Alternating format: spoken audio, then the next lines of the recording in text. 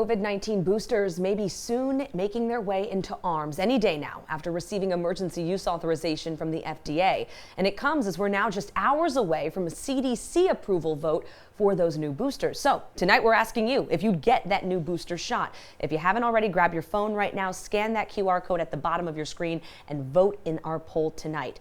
One person who's been out and about trying to get reaction to this news is News 12's Jericho Tran. She joins us now from the studio with more on what you need to know before you roll up your sleeve. Jericho. Amanda, the first thing you need to know is that there are options. Both Pfizer and Moderna received emergency use authorization from the FDA, and the U.S. has secured 171 million doses, according to the Health and Human Services Department. But before you get that jab in the arm, there are some key differences that you need to keep in mind.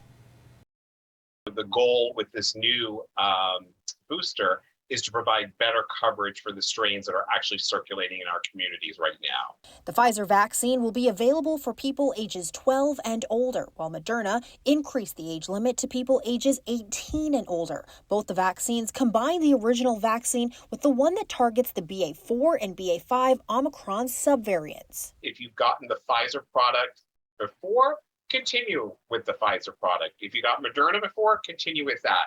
Now, if you want to switch, that's perfectly fine too. And for those with vaccine fatigue, this is going to be part of our norm as we move forward. And as we learn more and we're able to better pinpoint the particular strains, we're going to adapt our vaccines to make sure they match with that. The race isn't over just yet. The goal, however, is to combine a COVID and a flu vaccine together, right? So that it's a single injection that you will get on an annual basis to cover both. As far as the rollout, medical experts say this time around, people may be able to get that jab in the arm a lot faster. We imagine that the infrastructure that we built out over the past 2+ years to provide vaccine at retail pharmacies as well as at healthcare facilities should be adequate to meet the demand of individuals coming in for this booster. Now, according to the Health and Human Services Department, 171 million doses of the vaccine were secured by the U.S., so the likelihood of the CDC voting to approve the boosters is pretty high. We anticipate that they will endorse the recommendation as put forth by the FDA.